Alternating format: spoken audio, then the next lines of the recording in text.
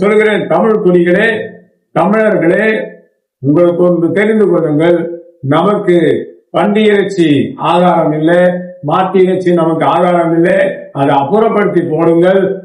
நல்ல கீரை வகைகளை சாப்பிடுங்கள், நல்ல காய்கறிகளை சாப்பிடுங்கள். நெய், பால், தயிர், மோர், வெண்ணெய், நெய் இவைகள்தான் நமக்கு உணவு. அதை விரும்பி சாப்பிடுங்கள். நீங்க தயவு செய்து பன்றி இறைச்சி உணவாக்காதீர்கள், மாட்டு இறைச்சியை உணவாக்காதீர்கள். நம்முடைய பூர்வ குடிகள் மாட்டு இறைச்சி சாப்பிட்டவர்கள் அல்ல, பூர்வ குடிகள் பன்றி இறைச்சி சாப்பிட்டவர்கள் அல்ல. நமக்கு அது தேவையில்லை. அதை அப்புறப்படுத்தி போடுங்கள். அது ஒரு பொல்லாத கிரியைகள், நமக்கு அது அவசியம் இல்லை. நம் முன்னோர்கள் எப்படி வாழ்ந்தார்களோ அப்படி வாழ நாம் பிரயாசப்படுவோமாக.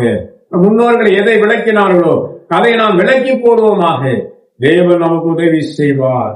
தேவ கிருபை நமக்கு உதவி செய்யும். ஆண்டவரே, எங்களுக்குரிய எல்லா சிறுமைகளின்